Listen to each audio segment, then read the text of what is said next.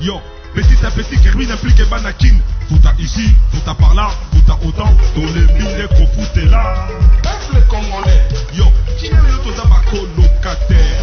Où est Zali colocataire? Qui est l'autre zaba colocataire? Où est Zali colocataire? Qui est l'autre comaka colocataire? Où est Zali colocataire? Qui est l'autre zaba colocataire? Où est Zali colocataire? Donc c'est soutenir. Il faut donc lutter pour une nouvelle société. Mais pour la lutter, il faut que ça ait arme, il y a vérité, il y a justice. Totika lokuta, totika l'hypocrisie. L'Union africaine. Mboka ezoki na pasi, mboka ezoki na sans position, ba génération na biso ezokufa, ezoki na okufa sans position, sans solution.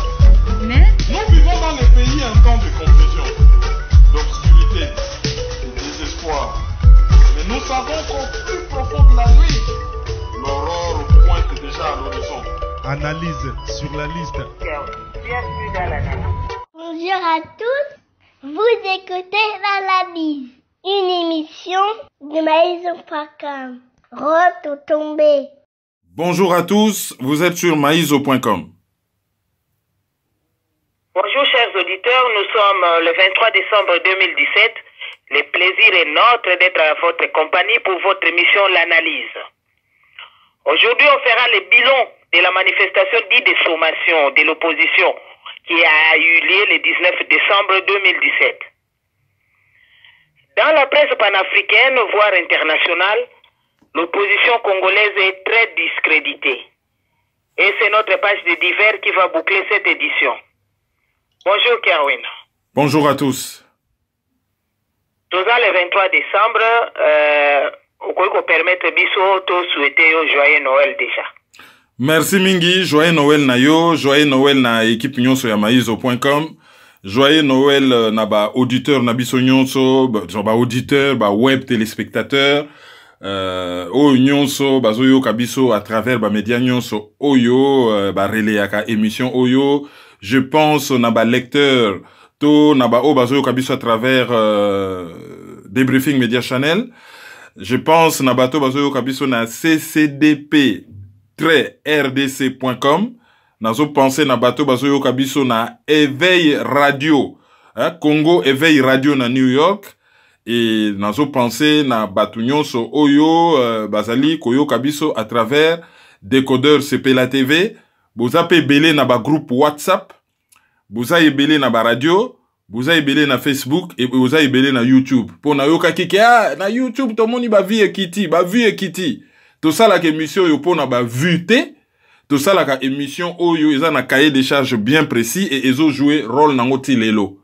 Mais bato ta la ba vue na YouTube, ba bossa na te émission ezali na ba radio, ba bossa na te émission ezali na ba télé, neti na ba décodeur CP la TV, ba bossa na te émission ezali na ba groupe WhatsApp, ba bossa na te que ba misusu ba komi ko tia yango na SoundCloud. Donc soko sali ou sangisi ba support wana nyonso, émission zo garder toujours au dimanche nango ya makasi. En tout cas, joyeux Noël na yo, joyeux Noël na bino nyonso tout. Et puis na muto ya prêter biso voix parce que to wi ko faire travailler ba mineur te. Mademoiselle Jade Maïso na mon batebele batindela ke ba message. En son nom, te remercier bino avec toute sa naïveté ya bo mwana innocence ya bo mwana. Aye ko senga na bino bo landa analyse. Et à lobby rototombe. Rototombe tolega. Na sujet na biso liboso ya mukolo lelo eza il faut to sala bilan ya manifestation oyo ebengamaki manifestation de sommation ya opposition esalaki na le 19 septembre 2017. Utie biso na contexte et puis o analyser. Opposition, oyo babengaka opposition, il faut que tchango entre guillemets parce qu'au Congo, il n'y a pas d'opposition. Déjà, techniquement, il ne peut pas y avoir d'opposition, ce qui m'a allé occuper. Et ensuite, ce qui totalise sur le plan comportemental. Comportement ya batou, un collabo, un corrompu, un compromis, un traître, et Moutoyo azali ko affiché un comportement de pourri, à koki kozala opposante. Donc il n'y a pas d'opposition au Congo. Mais ce qui tozo benga opposition, c'est ndenge babenga kayango et par commodité de langage. Donc, ba organisaki manifestation le 19 décembre 2017. Manifestation wana ezalaki pona ko amener Joseph Kabila à respecter ba accord ya Saint-Sylvestre. Oyo et lobby que l'élection il faut esalama soit na décembre 2017, so que simbite ba koki ko prolonger de 6 mois en juin 2018 et que ba nommé Félix Tshilombo premier ministre, ainsi de suite, donc ba respecter ba korwana.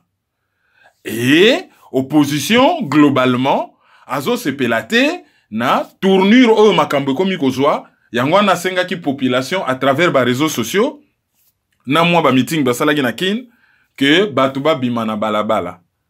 Et le 19 wana ezalaki quand même date moko symbolique parce que ezali ko marqué déjà fin ya mandat, anniversaire ya fin ya mandat entre guillemets ya Joseph Kabila. Oyo banda ba kabela ye une année de plus, banda ba yeda ye a glissé, azalaki ko célébrer une année ya anniversaire ya glissement. Ezali pe à un jour près anniversaire ya référendum oyo et memaki na constitution oyo ezali ko kamba Congo, hein, mobeko likonzi oyo ezali ko kamba Congo mikolo oyo. Alors bilan ezanini, ça se résume en un seul mot: flop. Échec et mat total. Et ça l'a quitté. Selon président ya rassemblement Félix Tshilombo Tshisekedi, à lobby ezalaki po 1 mbula enokaki na Kinshasa, 2 po na ba policier babimaki comme c'est ça nango likambo sikake manifestation ko sala na Kinshasa sans que ba policier babima, et mbaloyo azui raison mususu ya sika. Ezali lisusu erreur ya stratégie te, mais ekomi faute ya coordination. Wana je crois qu'il y a aussi sa dictionnaire na ba vocabulaire pour na ko justifier ba incompétence na bango. Alors faute ya coordination ndenga za ko expliquer bango ba bimaki bazo kende nzokande ba policier bazalaki ba jeune ba bombanaki, mais bango ba yebaki te ke ba jeune ba bombanaki wana donc ba se coordonnaki te. Mais ce que ça la manifestation, il faut et ça l'a préparé. Il faut oyeba ndengeni nekozala. Il faut qu'on anticipe pouvoir à réagir ndengenini et beaucoup contraindre réaction au pouvoir wana ndengenini. À chaque action une réaction. Alors faute à coordination neza ba faute ya banani alinga tsango na mutu ya banani, et après a commis au bino peuple boko kipe ko sala likambo. Il faut se prendre en charge, bozela ba liberté ezalaka te. Eloko wana Tshisekedi aloba ezalaka te. Ezalaka te. Un peuple ne se prend pas en charge. Ezali ba leader nde batu bako kamba peuple, bako amener peuple à se prendre en charge. Yango nanga na lobaka peuple c'est l'ensemble. Ya ba leader na population, yango ne pesi peuple. Et ce qui ba lobi qu'un peuple doit se prendre en charge engi ko loba peuple, c'est-à-dire population, nabokambami ya ba leader, c'est-à-dire ba konzi, ba dirigeant politique, ba dirigeant scientifique, ba dirigeant culturel, ba personnalité ya mboka. Bangonde, tango bango ba telemi, ba yebisi peuple ba lobi, nzela yangoyo, tozali liboso bolanda biso. To, ba leader, ba fani na sima, bazo tindika peuple, et bazo lakisa peuple nzela. Te peuple à se prendre en charge. Autrement dit, population à se prendre en charge. Population soka se prendre en charge et kosuka na ba émeute. Et kosuka na ba manifestation. Et ce que suki na ba manifestation ezali vai ke vai. Mutazo tambola zo kende wapi. Peuple prends-toi en charge, bon, abimi. Azo manifesta zo kende wapi ake kosala nini. Ayebite. Et ce qui a se prendre en charge na désordre wana. Allez, 3e larron, mutu oyo, ayebini mutuni makolo, aye kolokota na ye pouvoir, peuple baso tomboka, désordre et yindi ya aye kolokota. Wane komi opportunisme politique. Donc, peuple a se prenaka en charge à condition pour, il faut tout définir nos peuples ndenge na lobby. Le peuple, o baso lobaka se prendre en charge, c'est-à-dire population et longo na ba leader. ba leader bakoki kolakisa incompétence na irresponsabilité na bango te bazongi simao population bo se prendre en charge. Ça n'existe pas. C'est faux et archi faux. Bangi ba komisa oneti parole ya Bible po Tshisekedi alobaki. Il s'était trompé. Il s'était trompé. Alors, baya ko bomba na te o mbula. Mutu soka za na nzala za na pasi na Kinshasa na ta soki mbula zo noka ya ko bima ko kende kop. Mutu soka lingi penda ke non, trop c'est trop pouvoir esuka mbula e ko arrêter yete. Moi e ko arrêter yete. Malili e ko arrêter yete. Donc ezali manque ya stratégie, ezali incompétence. Yango wana balobi opposition congolaise, ça fait la honte. Journal lejeli.com a commis yango par rapport na revue de la presse moko tolandaki na RFI oyo par rapport na image ya mboka ezali soni mingi. Papa Maloba mbula epanzaka feti epanzaka wenzete. Commentaire. Papa Wemba lobaki mbula epanzaka feti epanzaka wenzete. C'est-à-dire que soki ozali wana kaka pona omi sepelisa. Soki mbula ye bon, oko panzana na yo, o se mettre à l'abri, pona mbula e komi incompatible na bisengo na yo. Mais par contre, soko so landa intérêt moko supérieur, ko leisa bana na yo, ko boko la famille na yo, komi leisa, komi latisa, komi bomba, ko futela, ko tongandako. Soko so landa ba intérêt wana, mbula ekoki ko arrêter détermination na yo na ko landa intérêt na yoti. Donc, ce qui batu ba yebi que intérêt supérieur au baso landa ezali Congo, ba kokite kozala bridé par mbula que bon, mbula ezo empêcher biso to défendre Congo na biso. Et tata wana papa Wemba, on peut tout dire sur lui. On peut tout dire. Mais ce qui mutu pas zaki na bolamu na ye, il faut bandima yango. Oyebi à titre posthume, makambo komi kobima, papa Wemba abimisa nzembo moko titre nango mode d'emploi. Bokende na YouTube. Bobeta, papa Wemba mode d'emploi. Je vous le demande humblement. Botala, clip wana, et boyoka texte. Ezana nzembo oyo et dénonça massacre ya Est parmi ma musiciens congolais, loko la nzembo papa Wemba wana te. Nani akoti na bilanga nanga, loso mosusu, abu bozo kama ça c'est beta.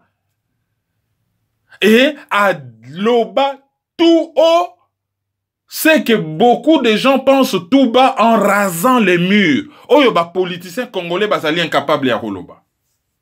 Et rien que pour ça, il faudrait te rendre hommage à titre posthume. Et bobo sanate, nzembo na yo e bimita ngwa kufi. Chacun pour soi. Nakata nzembo na zolobani alobi, et loko tozo kufe, le loko bazo boma biso batimisusu, bazo respecter te likambo ya chacun pour soi, chacun ce soit pardon. Donc mutu na mutu pa na ye. Azo lobe la ba dirigeant. Et loko bazo bomé la biso. Ezana ba dirigeant oyo bazo ye bate ke mutu na mutu fa bongise pa na ye, mutu na mutu fa fande pa na ye. Ba misusu kaka et pas ya baninga kaka kokatisa. Chacun au lieu zala, chacun chez soi, mutu na mutu pa na ye. Ba misusu balingi ko respecter chacun chez soi te. Oyo to benga na science politique ou na relation internationale, principe déjà de l'intangibilité des frontières, donc il faut qu'on respecte les frontières. Et principe, il y a inviolabilité à territoire. En résumé, on a lingala, chacun chez soi. Papa Wemba. Et yepe mutaloba ki ke bato yo bayaka na babota bambula awa pauvre. Les loyo ba komi ba milliardaire ba komi kotonga ba viela. Je me pose la question. Na lobi bien, je me pose la question. Po bat misu ba yo kaka français te. Ote Kerwin na lobaki non. Il se posait tout simplement la question. Est-ce que Papa Wemba a koufate pour na banzembo wana? Interview wana? Ensuite, chacun a ko préparer on a studio donc forcément bat ba yebi hein. Na studio wana ça secrète que a koti na sa mulili azo yemba yemoko. Eza toujours na bato ba yokaka. Est-ce que akoufeli nzembo wana te? Est-ce que akoufeli nzembo oyo te na kombo ya mode d'emploi? Et je dois aussi rendre hommage à quelqu'un, Bouba, hein, les barons de Boulogne, na album na ya Souka, a parlé na ba viol na Congo. Or, Bouba, c'est un des rappeurs francophones le plus suivi dans le monde. Et Booba bakoma koye ko la ba texte na ye na ba université américaine oyo ba ye ko la ka littérature francophone. A kota na kati ya ba cher ya université bakoma koye ko la ba texte ya ba rap ya Booba. Imaginez-vous que texte sur ba viol na Congo boum et continua faculté il y a linguistique francophone ou il y a littérature francophone, il y a université Harvard par exemple. Il y a Princeton, il y a Columbia, il y a Howard. Et ça a un impact moko makasi. Donc ceux qui Booba kutazo sala ngoy ke ba musicien congolais mususu te biso tozali apolitique. Allez-y comprendre quelque chose. J'espère que na tournée a fallu Ipu Papo lelo robeta na Burundi, weekendo aza na Burundi, ensuite na Abidjan. J'espère. Bon, Asa Yemba, stop au viol na Congo, mais bon, hein, RDC, gardons l'espoir. Oui, gardons l'espoir, mais avant de garder l'espoir, il faut to bunda, to bouter batouana dehors. Hein, banzembo, faut pas y aller moi, banzembo, mon genre, ils a faute à RDC. Il faut nzembo, ils a la claire. Ils ont désigné Moutuna Moussapi. Et à Abidjan, ils ont plateau, mounene, soka yembi moi quelque chose na Abidjan, ça serait vraiment une bonne chose. Ça, c'était la petite parenthèse où il fallait que tout ça là, par rapport à Papa Wemba. Nzembo titre ezali mode d'emploi. Et boyo kapé, chacun chez soi, chacun pour soi. Boyo kango na mato yimi bale boko comprendre que azalaki ko beta masolo ya guerre na Congo. Voilà, vieux Mangro Koto. Il ne cessera jamais de nous étonner. Si on a manifestation et sommation opposition sali. Soki tomeki kotala, bazo sala kaka même chose et puis bazo kusatendre na ba résultat moko différent. Et pourquoi opposition moko mo pesa impression essoufflé donc stratégie na bango et donc simba na ngote on dirait ba message na bango na ngo quoi. Baza na stratégie te, baza essoufflé te, pour na mutaza la essoufflé faut na stratégie. Baza na stratégie te. Parce que pour na ozala na stratégie, il faut ozala na diagnostic ya malonga. Soki ba lobby na yo ke olongwa Paris okende Bruxelles, il faut déjà oyeba nzela. Soko yebi nzela te okosomba carte. Soko za na carte te okozwa GPS. Oko préparer nzela na yo. Oko tuna soki péage ezali. Ekutaka combien? Et les kaka na carte bancaire nini na péage. Et na kofuta yango na liquide, to na kofuta yango na carte bancaire. Carte bancaire ya électron et les kaka ou pas. Ozo préparer voyage na yo. Yo oza non na stratégie te. Osala diagnostic ya malonga te. Pour na bango, c'est une crise politique. Ben comme c'est une crise politique, bazo lukela yango ba solution moko démocratique. Aussi longtemps que toi na kata crise politique. Mukolo bako comprendre que le pays est occupé, bako se comporter comme batoyo, bazo luka libération. Ah, il faut te libérer mboka. Mais on ne libère pas un pays d'une dictature. On libère un pays d'une occupation, d'une colonisation. Dictature, bah employé à terme, on se débarrasse d'une dictature. On se débarrasse d'une dictature, mais on ne se libère pas d'une dictature. Dictature bazo dicté yo eloko fo sala. Yo il faut ça et sengel yo sala boy. Bakangi yo singate. Okoki pe ko boya ke na ko sala yango to telemele komi bitumbati o longi dictateur o se débarrasser na ye. Mais occupation ezali penda ba ko fande la yo na mboka ba komi ko konza yo na makasi. Ozo sala lisusu politique te, o komi ko sala bitumba o benga na monguna. Baza na stratégie te. Bazo kosa batu ke obiso to na mboka tozo bazo bunda nini. Obiso tozo essayer ko sala quelque chose. Oui, quelque chose au bango bazo sala ezali ko trahir mboka na monguna. Ba bunda kate eza lokuta. Bazali ba traître dans un autre pays, ba ko pesa bango et tumbu oyo vraiment ba ko lapa et ko zala modèle exemple pour na ba génération future. Mbalawana na yebisaka bino na lobby tant que batu wana bakozalaka entre pouvoir na population bango baza wana neti tampon de sécurité neti ressort bazosala damage control moyen tala soko za makasi olingo bunda na mutu olingo bunda omona koza na masa moko azopekisa azaka na katikati azokanga yo te tika kobunda te tika opposition wana soki population alingi asilana na Kabila bango ka na katikati kopekisa bitumba ere moko bazofinga Kabila kaka pona ko distraire bato ke biso pe toza contre ye mais so boza contre ye so bato bangi babunda na ye pourquoi toujours kopekisa baza na stratégie te ezali compromission ezali corruption ezali collaboration nde mutu ezosala ke bazala na ambiguïté wana baza nango donc baza neti na mitu mibale soki baye pa ya population ba tenir discours ezosepelisa population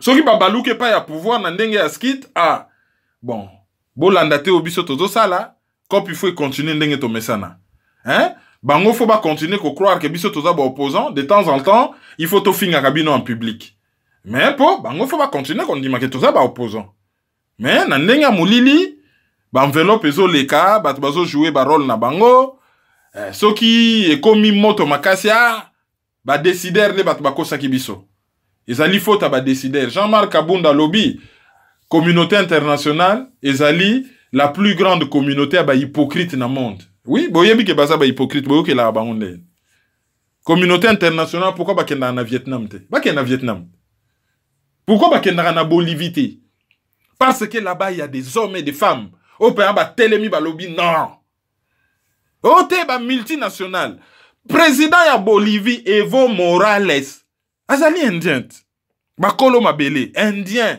bato ba monaka bango kuna par ba colon hispanique ba monaka bango neti ba sous-homme indien metango ba telemi akamati pouvoir à lamuki à l'hôpital ezalaka 83% pour na ba multinational 17% pour na biso banda lelo oyo ekomi 83% pour na biso 17% pour na ba multinational oya lingite dehors boya ko bomandenge bomesana aza toujours vivant aza toujours vivant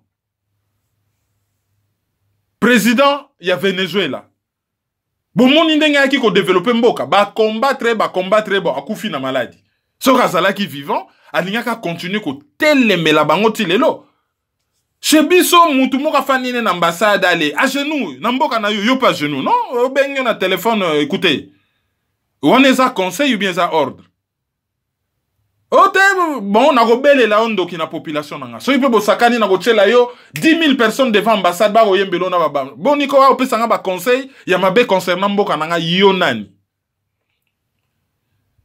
yango neza na ambassadeur moko disons diplomate britannique moko a raconté qu'après une conférence a raconté batuke bake na Kinshasa ba mona batu je cite la phrase ngezala qui traduite na bato bazalaki na réunion alobi a mona opposition ba yela yena ba veste na ba cravate tale belé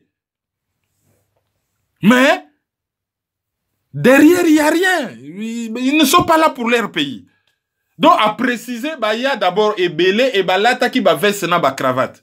Ba kanisa ke ler ba ya kana ba veste on a pas mona kalati bien. Nzo kande bazo seka bango bazo mona bango zo bazo ba. Ngano ke ne rencontre on a olata veste sans cravate. Ce qui peut ba sakani na beti demi Dakar. Veste chemise jean na sena basket. Oza na pays na nga soko lingite po yona nga moeto solo la bien te. Ponga na lati veste na cravate te singa oyo mundele aiko changa na kingo loko lantaba bon wane tali yo mdoza na besoin na ngoza besoin de matière première so ya mangate po na lati so die so ki po sakani na ko late la yo bubu so ki te pe na ko tonga pe la rafia pe na ye pe na ndenge ya rafia mais ba kenda na ba veste na ba cravate e ba ye ba kate ke ba sekaka bango ba ye ba kate ba sekaka bango. Opposition na biso na ba media wana toleki na deuxième sujet na biso na ba media ezala panafricaine ezala ba media oyo ezala kamukili mobimba tomoni ke ba dépendre opposition congolaise na ndenge moko o eza kopesa soni na Congo tokomi wana ndenge nini puis rappeler biso quelques titres. Tango nga na loba na bana ko loba ngo banda kalaki y a pas d'opposition au Congo. Ça fait ce qui 5 ans na loba alikambwana. Na loba que opposition on est à opposition d'accompagnement. Vocabulaire est tamboli un peu partout. Na yebisa batu na lobby ezali opposition moko corrompu wana batebele balobango na lobaki ezali toxique. C'est-à-dire Edem Kojo alobaka mais ezali toxique ezali lokola poison et na lobaki ezali pourri. Batu balobio tribalisme na yebite rapport ni neza entre opposition na tribu na yebaka te ke to na Congo to na tribu moko kombo nango opposition. Ba spécialistes internationaux et belé ba comment répéter likambwana. Et non seulement ça, presque comme il répétait en haut. Juste après flop échec et manifestation le 19 septembre, na yokaki RFI et j'avais honte. Titre nango kutu ezalaka à la une, l'opposition en panne en RDC. Et babandi nanou na article oyo ya Le Monde Afrique.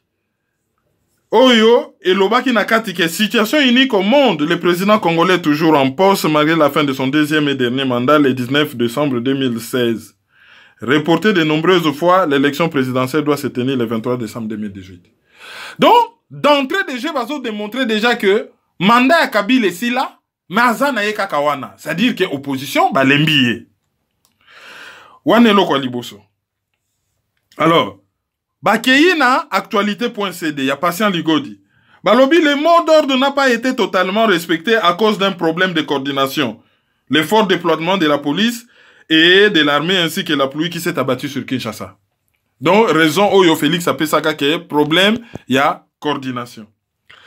Alors, bah rappeler. Likamboyo, Tshisekedi Alobaki, Félix, il y a moyen de se prendre en charge. N'attendez pas seulement les leaders. Prenez votre courage et soutenez-nous. Sans vous, nous n'y arriverons pas. Nous libérerons notre pays grâce à votre courage. Wana, bazuango na, Kas Info, na sina lobiango, na oyeleki. Alors, à défaut de mobilisation populaire, cette journée d'action s'est transformée en une journée ville morte. Wana le potentiel. Qu'est-ce qu'il faut tirer comme leçon de cette journée ville morte? Est-ce que le rassemblement doit continuer avec la même stratégie qui apparemment commence à s'essouffler? Dans l'opinion, on s'interroge. Autant au sein du rassemblement. Évidemment, dans les rangs de l'opposition, on ne se dit pas déçu, affirme le quotidien quinois. Bien au contraire. Avec le temps, on estime que la mayonnaise finira par prendre. Le plus important, filme-t-on, c'est la prise de conscience qui s'enracine désormais dans l'imaginaire collectif. Wana, le potentiel mutalobi. Alobi nini? Alobi, batu bakomi komi tuna ba question. Pona nini ezo simbati? Wana population sa komi tuna. Mais même bango moko pe batu ya rassemblement, bakomi komi tuna ba question. Pona nini ezo simbati? Et selon bango po bazana ba ona stratégie te, bazo kanisake bogoya kaka bo reprendre même erreur ti mukolomoko lokola na loterie et ko simba comme par hasard. Non, ezalaka ndenge wana te. Soki bo sali erreur, bo corriger, bo sali autrement. Ezali te ke bozo reprendre kaka même erreur et puis mukolomoko comme par hasard mayonnaise et simbi. Siko to bima na presse congolaise. Comment expliquer ces fiascos? Wana RFI aza komituna fiasco, ngana lobby flop. Synonyme mususi ya flop ezali fiasco. Alors, journal Afrique Arabia. Alobi, si la principale cause du peu de mobilisation populaire de l'opposition s'explique par la répression sanglante de la police congolaise, il faut également en chercher les causes au sein de l'opposition. C'est-à-dire que ce qui est simbité, même ceux qui battent balobi, pour ezali police à télémelaka bango. Mais, il faut qu'on luka ba raison yoyo, ba manifestation opposition simbakate, qu'on luka ba raison wana na kati ya opposition.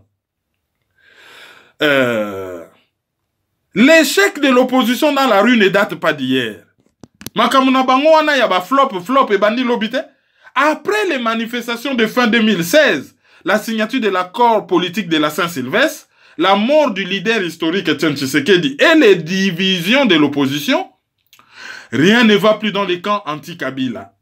Les manifestations, toutes interdites, tournent désormais à l'opération Ville Morte, faute de mobilisation.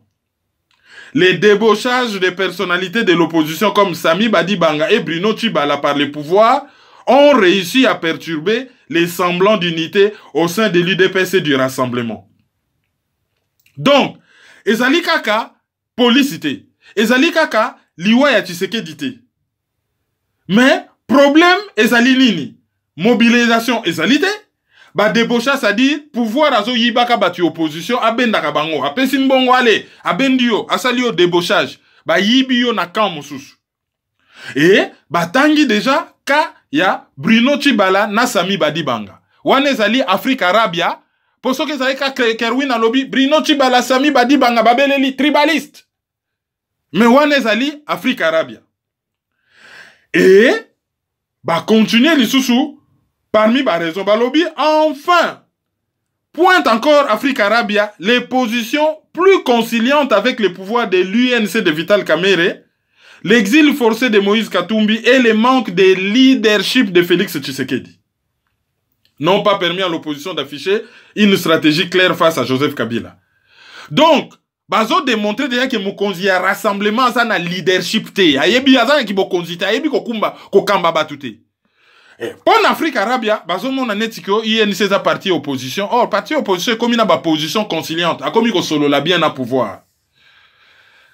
Ya ngona pe ezo sala déjà que Makambu et Simbate. Ce manque de stratégie concertée où les différents leaders de l'opposition tirent à U et à Dia au gré d'alliances politiques de circonstances a, semble-t-il, fini par lasser une population beaucoup plus préoccupée par la dégradation économique et sécuritaire du pays que par les petits arrangements entre politiciens. Tango batbazo tiré na basans nyonso à U et à Dia. Bozan objectif te ko libérer Mboka. Oya koya to libérer Mboka. Oyo aye alobi accord ya Saint-Sylvestre. Oya lobby te, Kabila sana ye bien, to sala boy. Oya lobby boy, oya baluki boy. Donc, on tirait à U et à Dia. Oh, bazolo ba na français. Ensuite, ba alliance ozo salama na okaka, ah bon, mikolo yo, ngana yo, tozo mona neti kope ko simbale, to sangani. To poaki si baninga. Lobby to swani na baninga, bota la ndenge zoleka. Fayulu, azalaki par exemple, na dynamique de l'opposition. Ah, basali esoki nini. Mokwa, rassemblement. Ah, Mikolo a comment tirer à boulet rouge sur rassemblement. Kyungu wako mwanza azalaki na rassemblement. Mais masolo a comment sur la Mikolo yo, ezandenge mongona batuna ya rassemblement te. Félix Tshilomba lobi manifestation simbite. Mais Massa na bango Pierre Lumbi, conseiller spécial en matière de sécurité à Joseph Kabila, ancien. Comme si bakitaka ba poste wana. Afana na yenye etaliete. Jean-Marc Kabound azolo balikambo mususu. Félix Tshilombo azolo balikambo mususu. Bazo tiré à U et à Dia. Bazo salaka ba alliance na bango et ba alliance wana. Ezo désarçonné population oyo kutu azo kemba na makamu ya nzala do ba problème économique, na ba problème ya sécurité et ba arrangement particulier moi ba cop ma solo ya mike ya simandako ya ba politicien et tali bango te. Alors to longwana Afrique Arabia oyo ezali international to kende siko en Afrique. Site oyo ya Guinée le Djeli Sagas. Le journal le Djeli Sagas, c'est-à-dire oyo mutu abaye asiliki Sagas. RD Congo, honte à l'opposition, Soni Nabino. S'exclame les sites d'information guinéens. Aux multiples divisions sous-tendues par un égocentrisme qui, décidément, n'épargne aucun politicien congolais, vient s'ajouter un manque notoire de stratégie et une conviction toute superficielle. C'est-à-dire, déjà, et l'oko ya liboso journal wana a constaté, ezali d'abord bazali divisé. Ni les autres divisés, bango, ezali égocentrisme, bongai. Bango, ça l'ensemble était mutu na mutu ngai. Likambo ya bongai yoyo. Et yemba Fabregas. Donc, yangonde mutu, ezo divisé bango. Et l'oko ami balé, ezali manque notoire ya stratégie, c'est-à-dire que manque na bango ya stratégie eyebana mokili mobimba notoire eloko eyebana na batu nyonso que bazalaka na bango na stratégie te. Soko lobi na bango baluka stratégie, babengi yo tribaliste, babengi yo anti-opposition, babengi yo mutu ya ngbanda. Mais journal oyo ezokoma ezali journal ya ba guinéen. Et une conviction, somme toute, superficielle. Conviction, ezali, le fait que Moutazali ko croire na ba valeur fondamentale. Azali ko croire que likambo yazo, azo ndima, ezali réalité, ezali vérité, et akosala nyonso pona défendre vérité wana. Conviction. Bango, ba conviction politique na bango ezalaka superficielle, hein? La seule chose qui les intéresse na politique ezali, ndenge nini, kovimbisa mabumu, ndenge nini, kovimbisa ba poche. Alors, outre les appels à manifester auxquels ils ne se joignent pas, les opposants congolais n'ont rien d'autre. À part kaka, boya ko manifester d'ailleurs, bango moko ba yakate, bazana bango ne logo mususa ko proposer te ka ko belela. Boya ko manifester bango moko ba yakate. Ça c'est un journal guinéen qui parle. Et on continue. On ne sent aucun mécanisme destiné à sensibiliser les populations sur la nécessité et le bien fondé de la bataille à mener. C'est-à-dire que l'opposition a en place, c'était moi système moko boye ya ko mobiliser batu. Tant on a lobaka na lobby, il faut que ça la loko la mao. Il faut qu'on mobilise comme poisson dans l'eau. Mouta lobaka comme poisson dans l'eau isa mao. C'est-à-dire que ça besoin na manifestation. Beaucoup ça la plan. Beaucoup préparé. Besoin na ba cellule. IDP ça na ba cellule. SID aza na ba cellule. Oso ki parti nini aza na ba cellule. Boke na ba quartier, bobadi ba réunion na ba quartier, butu ba réunion. Boza na ba carte ba quartier bolobi bo. Quartier na biso na combien de balabala? Na chaque balabala c'est toi na membre. Balabala toi na membre te nanyo azalaka proche na ba idée na biso ko aider biso. En 2 semaines bo quadriller Kinshasa Mobimba, balabala par balabala. Église par église. Taxi, bus, ba wewa. Bokei côté ba association ya ba supporter. Boké na ba homme ya ba étudiant. Bo tamboli bo do mobilisation yo kaka maximum. Bo bandi na ba track. Bo bandi na ba réseaux sociaux. Bo bandi na ba radio clandestin. Bo bandi ba réunion na butu. Butu dirigeant la rien. À côté à Lali, à Bimi, à qui récupérer car ceux qui na balabala car moko ay.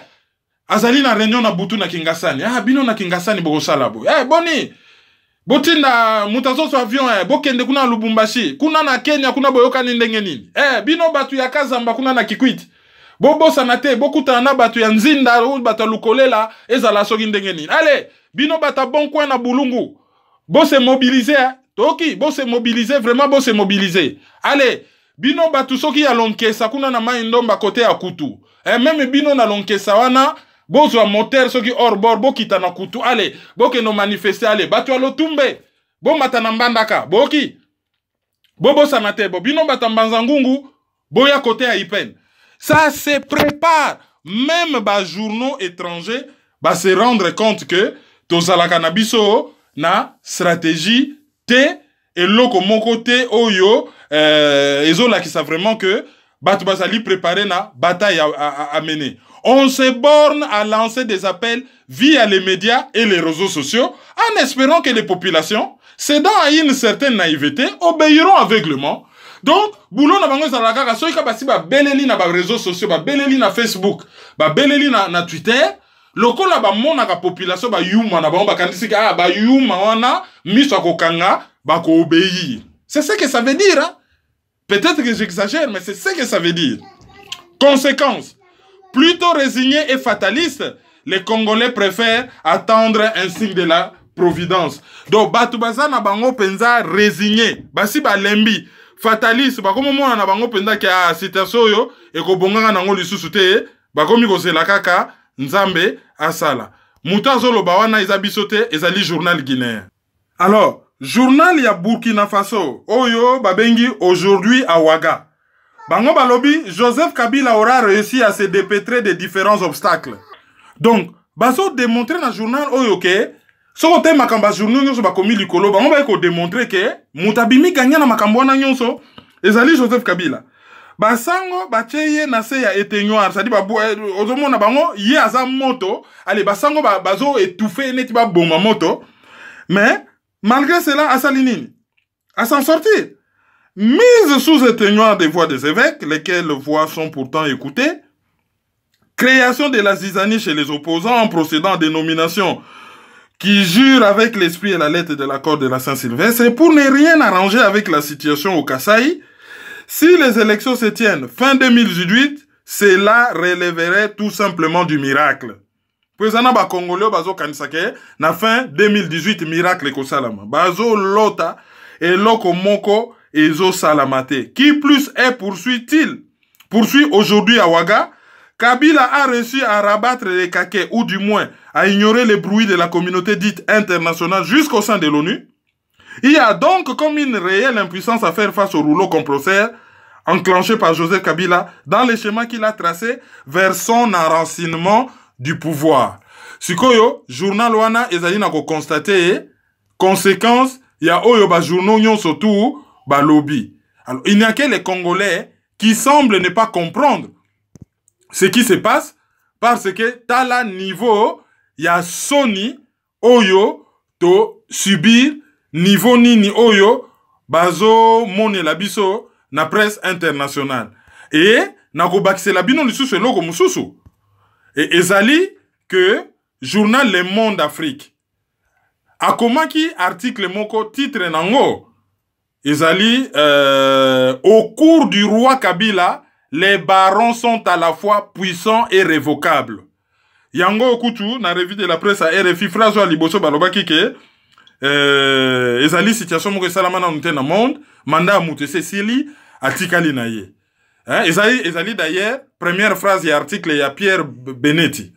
Na kati wana lobini ba expliquer l'air Kabila lobaki bon akokufa ne dans une balle dans la tête ayebi na yango. Donc, le rôle a yébine ka okufane d'une balle dans la tête, afani na yo ana etaliete. Afani na ye nanko. Etaliete, azali na ye fataliste. Muto yo lobby azalaki kotuna ba conseil. Lelo ya koma kopesa ba ordre. Ba lakisi ndenge nini azo sakana na opposition. Makambo ko gérer mboka na maboko na ye. Makambo ko gérer ko sakana na opposition, ezali na maboko ba conseiller na ye. Oyo ba comment ko banga ye tellement que bazo banga même ko conseiller. Au sali excès des ailes donc au lekisi a nyongi yo. Mais ce qui pose ali indolent, c'est-à-dire goyi a nyongi yo pekaka. Donc bazo vivre na bobangi. Et d'ailleurs ba yebite dans 5 ans ba ko suka wapi. Bazo wana bazo lia bazo mela, à chaque jour suffit sa peine. Ba yebite dans 5 ans ba ko suka wapi. Et quelque part na 4 articles ba lobini. Tango basango bazo kiemba kuna na koluka solution pona accord ya Saint-Sylvestre na villa moko wana na camp Itex Africa ba opposant na pouvoir sous la présidence ya Oubé Minaku ba fandi wana bazo négocier ba pouvoir moyennant mbongo bazo négocier ba poste. Alors batba ko betela ka bat masolo ya accord ya Saint-Sylvestre. Ils ont été élus par qui? Nana désigné ki bango nana tinda ki bango. Ba korwane engagea ka bango pour ceux qui ba lobby kyo Congolais bandima accord ya Saint-Sylvestre. Ngai kutu mutu nazana batu oyo bayoka kanga ko leka kutu ba parti politique musuna kin. Na robenga pe lobby batu pe ba masa na ngape Patrick Mbeko yo pozana batebele balandaka yo Patrick Mboyo yaka pe awa. Félicitations à Patrick Mboyo, madame aboti mwana depuis lobby. Vraiment félicitations na Patrick Mboyo et puis na mwasi na ye oyo tobenga ka Naska. Baboti mwana mwasi awa na Paris. Toutes nos félicitations. Na bengi pe Patrick Mboyo na bia le boya to sangana. Biso pe batebele balandaka biso. Allez, tozo signé par accord na biso et comme imposable na batutu. Non. Les accords à Saint-Sylvestre ça concerne la classe politique dans l'entre-soi. Na yebite par quel miracle au bakomisango ke ezo concerné batutu. Alors pendant que bango bazo bunda na kuna pona ko signer ba accord ya Saint-Sylvestre, population classe politique ba fa na bango na villa mo na Itex Africa, bazo négocier na bango ba poste. Alors batu vraiment bati kabiso quoi. Bati kabiso, on a beaucoup distrait le peuple congolais. Il est vraiment temps que tout cela s'arrête. toleki na badiver na biso na track oyo armée ougandaise ezosala contre ADF Nalu sur le sol congolais. Bon, et comment na Congo ka solika muke salami babomi Mamadou Ndala oh ba ADF Nalu. Babomi ba Congolais oh les rebelles ougandais ya ADF Nalu. Batumba mboka oh les rebelles ougandais ya ADF Nalu. Général congolais ateka ba arme na ba soki ba rebelle soki ba nan oh les ADF Nalu. Basala boy oh les ADF Nalu. Rébellion par définition ezali bana ya mboka ba telemeni ba konza mboka na bango. Bango bazali ba Ougandais. Bazo telema pouvoir, bazo telemela pouvoir ya Museveni. Mokonzi na bango Jamil soki mukuli soki nani basi bakanga ye na Ouganda. Comment expliquer que ba rebelle wana ba telemela ka jamais pouvoir ya Museveni? Mais ba yaka kaka koboma ba Congolais. Koboma ba Congolais, je dis bien. Pour ce que yena ko yiba ou yena ko pio ça n'a besoin boma mutute. Ba yaka koboma ba Congolais. Comment expliquer? Et fanda et comment nango cache misère, cache sexe mon kaka ba ADF. Si dernièrement, Beveneme Salami babomi batu, ya ONU à 14 Tanzaniens, gouvernement tanzanien koutou a réagi nan noté. Mais bon, à réagir peut-être pour l'attaque casque bleu de Mazak sous bannière ya ONU, c'est à l'ONU de réagir. Malamoto Ikakao, Ouganda a attaqué naye Congo azolukaba ADF. A violé résolution 3314 ya Nations Unies. Oyo et pekisa pays mususu akatsa na manduki akatsa frontière na yake no bunde pa ya mopaya. Depuis quand Ouganda a commis na permission ata droit de poursuite ango. Droit de poursuite ezali soki ba rebelle wana basala ki likamu na Ouganda ba kimi na Congo. Okoki ko exercer droit de poursuite mais ezali bien encadré par la loi. Angai batoyo ba bomie pa nanga ba kimi pa na yo soit yo kanga bango zongi selanga soko sali yango te na kolanda bango. Mais au Rolanda Bango, au l'exaté 100 km, au sala 15-10 km, n'a évité. Loi et l'obini, mais ils ont un nombre de kilomètres, mais on a droit de poursuite. Au Ouganda, sali zali agression militaire, artillerie lourde, bazo bombardé na SO, bazo lukaba ADF. Ouganda, oyo, akenako bundana Rwanda en plein Kisangani, Congo akenako déposer plainte na Cour internationale de justice de la Haye, Joseph Kabila retira plainte wana. Or, na ba prétention à Congo, on devait nous payer 10 milliards de dollars pour la reconstruction de la ville Kisangani. Entre autres, pour nous réparer les dégâts. Le rôle de Rwanda, salakate o babenga ka disons, andima qui était compétence ya cour, na épargné bino ba cour ya droit. Avant ba juger na cour internationale de justice, il faut yon di ma compétence ya cour par rapport na dossier non Rwanda sala yangote. Donc possibilité à déposer plainte contre Rwanda na Conseil de sécurité zali Congo sala yangote. Congo sala yangote. Oyo Ouganda zo sa les alliés agression. Et curieusement, les salami silence radio. Normalement, so ezaki pays mususu mais lelo oyo na ba radio nyonso bazo yo kasho kitundu. Noël boye pas réunion spéciale, bosengi session spéciale ya Conseil de sécurité. Ba attaquer biso. Chapitre 7 tout de suite. Premier ministre toutes affaires cessantes, discours à la nation. Président Sakamati avion, direction Kuna, a quelque galvaniser ba troupe. Et opposition déjà, Olou, Ngombolo. Opposition, silence. Pays est allé agressé par l'Ouganda à l'est. Ndenge peka ka Roubero alobaki, hein? Ancien vice-président ya Congo, ministre ya gouvernement Tibala, chargé ya décentralisation ko Panzamboka et ensuite intégration sous-régionale. C'est un aussi ko Panzamboka ndenge nini bo ndeko s'intégrer na sous-région a déclaré que pour na kimeko ta fo Kabola Congo. Ezo le kanango hein, OK, bo lobanini. Bo posa musu bakenda ko sambela na les États-Unis. Ba lobanini. Nye. Et l'Ouganda est en train d'adresser le Congo, d'agresser le Congo. Et malheureusement, na kokoya kana ba population ya est. Mboule belé Ouganda landaka ba ADF tayeko landa ba oka sikoyo. Qu'est-ce que ça cache derrière?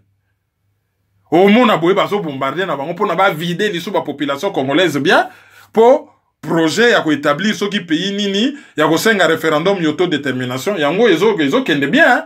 kala mingi te tokokoma surpris bakoma senga référendum ya autodétermination bango basi bakomi majoritaire kuna ale baye kokata biso mboka.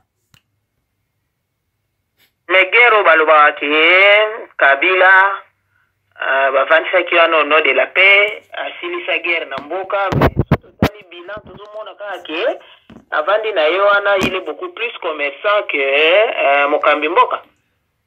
Wana nyonso ezali communication pona kokosa peuple congolais.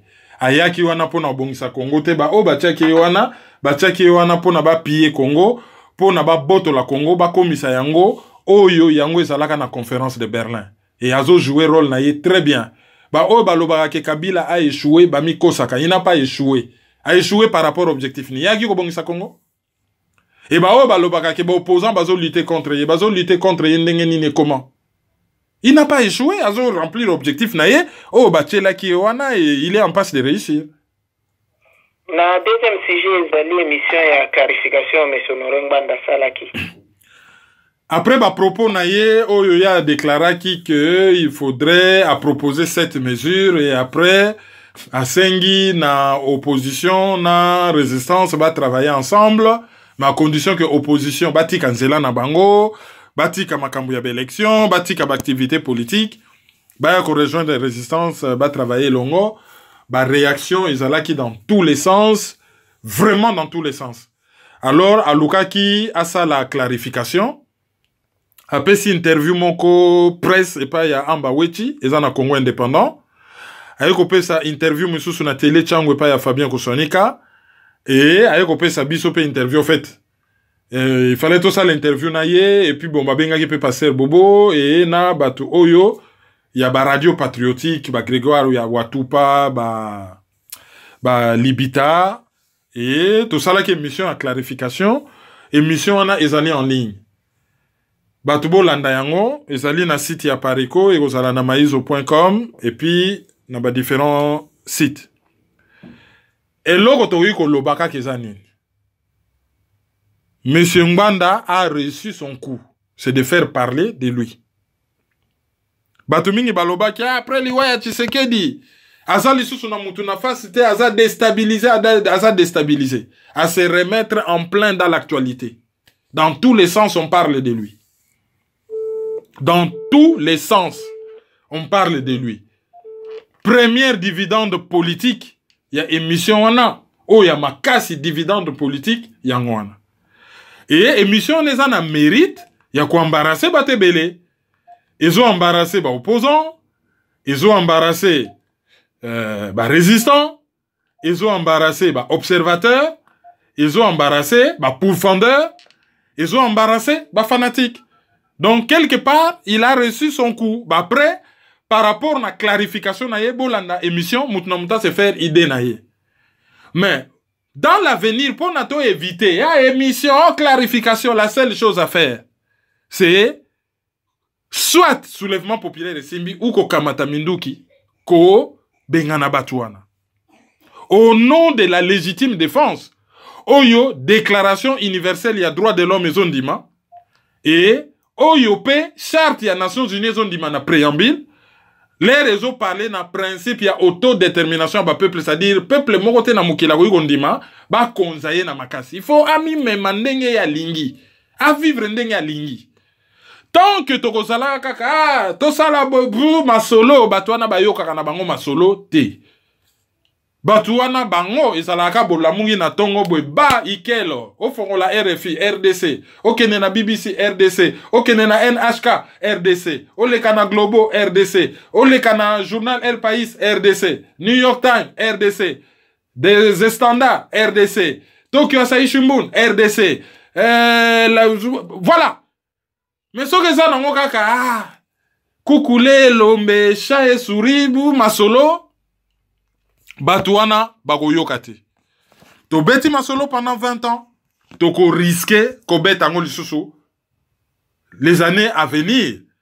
Et to ko risquer même ko parler lisusu na Congo te, to zo risquer ko za la dernière génération oyo ba moni Congo en tant que pays parce que je crois pas que langage Batouana bayoka kao ceci non bango et le bata Didier Render ça mon ana noté bateau bayaki na pouvoir na Masasi ba qui n'est pas ba moyen pacifique. Pendant que l'opposition est à marche de sommation à Kinshasa, Kabila kenda nego clôturer réunion à gouverneur na Goma. Ba gouverneur oyo le monde d'Afrique et lobby bango nyonso bazali aki na cause ya Kabila. Ba oyo ya noma, ba oyo ye a faire voter illégalement. Ba oyo ya créer ba province na ye na bandenge na ye. Na ba gouverneur oyo kutu parité zalite mwasi azaka moko na Ubangi. Bon, bake na bango na Goma, bake osala réunion na bango ya kocho la population et basala ngo penda bien na Goma. Ba dépenser na bango mbongo ya l'état. Ba bini na bango Kabila wumela. Je me demande même ceux qui banguluma ki na salte po mikolo slogan ezali po na Kabila to konguluma. Et na air ya kozonga avion ya Congo Airways selon certaines sources, encore faut-il que ça la vraie. Elinge décoller ba freiner yango efandi soki 4 heures du temps bazo c'est la moto moka utaki réunion ba gouverneur mo konsumo kwa munene fazonga kin et nani ba mona na kati Corneille Nanga. Bon, ya zali netra mais baza ko zela ye awuti na ye kuna kota réunion ya ba gouverneur soki za ya solo awuti na ye messe noire bon bazo zela ye. Voilà niveau tokomi. Auditeur du jour.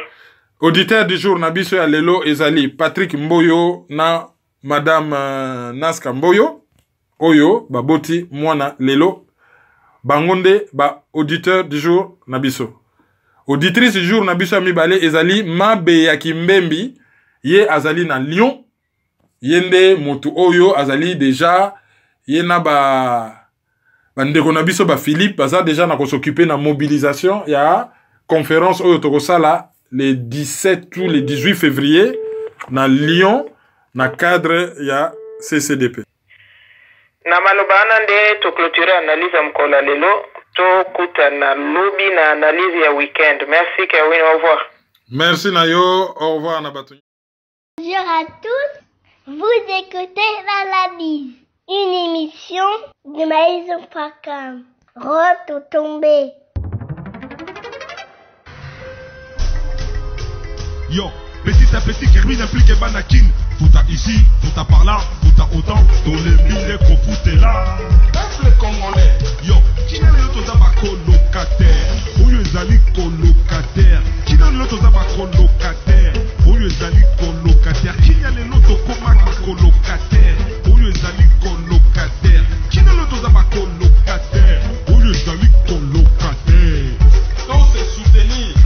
Il faut lutter pour une nouvelle société. Mais pour la lutter, il faut que la arme, il y a vérité, il y a justice. Tontika lokuta, tontika l'hypocrisie. Mboka ezokende na pasi, mboka ezokende na sans position, ba génération na biso ezokufa, ezokende na kokufa sans position, sans solution. Mais nous vivons dans les pays un temps de confusion, d'obscurité, de désespoir. Mais nous savons qu'au plus profond de la nuit, l'aurore pointe déjà à l'horizon. Analyse sur la liste. Bienvenue dans l'analyse.